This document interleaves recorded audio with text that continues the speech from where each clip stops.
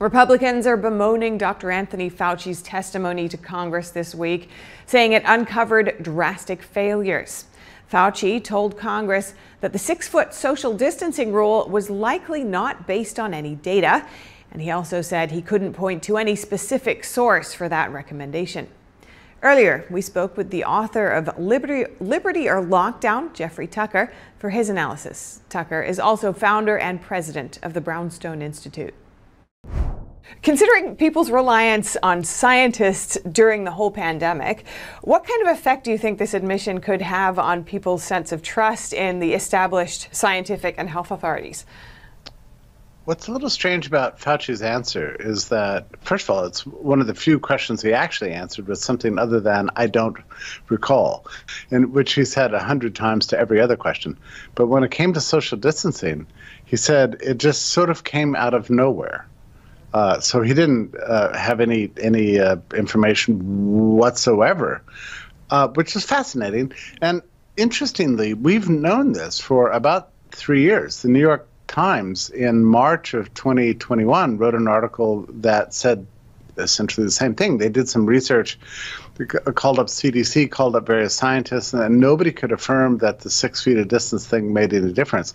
And what occasioned that article was an empirical study of something like 1,000 school kids, and they had some of them stand 6 feet apart and others only do 3 feet, and they could find no statistically significant difference in infection rates.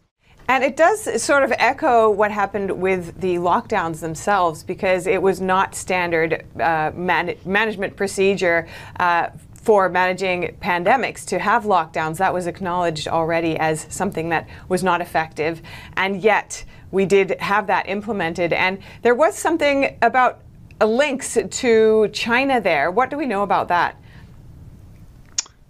Right. So mostly we've believed that the social distancing regulations and lockdowns and all the silliness came out of 2005 with a Sandia National Laboratory study. And we all know the story of the scientist with a 16-year-old daughter who was afraid of cooties and that sort of thing. But my researcher, Michael Singer, came up with a very interesting observation that all the way from 2003 and 2004, when the CCP in China started controlling for SARS-1, all the way back then, which was quite deadly, actually, SARS-1, they implemented a 6 foot of distance rule, social distancing and lockdowns, even for SARS-1. And the World Health Organization, even all the way back then, so we're talking, 19 years ago, but when lockdowns happened here, this was, 16 years prior, all the way back then, they were imposing social distancing. So that is actually more than likely the source of all of this stuff. What happened was SARS-1 didn't really spread outside of China and Singapore.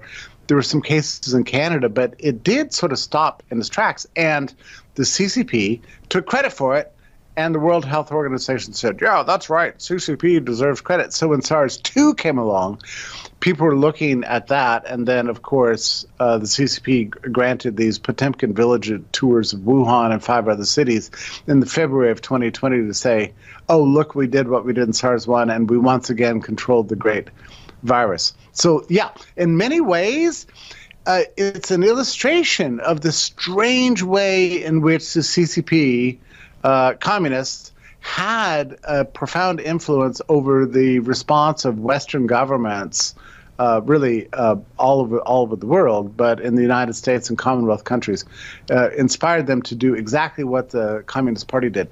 And keep in mind, one last point, the purpose of these CCP controls, both in 2003 and 2004, and in 2020, was not really infection disease mitigation. It was just a political ploy to gain more power over the people and intimidate them with shock and awe.